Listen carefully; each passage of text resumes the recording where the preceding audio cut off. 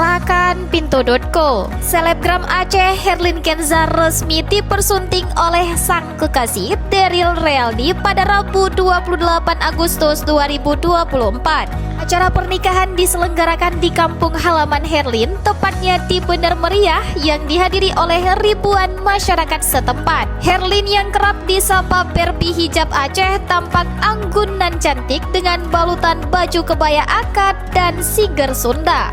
Tak hanya itu, keluarga besar Herlin Kenza turut memakai busana dengan tema warna coklat tanah. Kakak Herlin yang juga merupakan selebgram sekaligus pengusaha kosmetik Aceh, Sela Saukia, yang turut mendampingi sang adik hingga prosesi ijab kabul serta resepsi pernikahan yang dihadiri oleh ribuan masyarakat. Antusias masyarakat juga bukan main. Meskipun acara tak digelar di gedung mewah, namun antusias masyarakat setempat menunjukkan pernikahan Herlin dan Daryl bagai pesta rakyat besar-besaran di Aceh, khususnya Bener Meriah.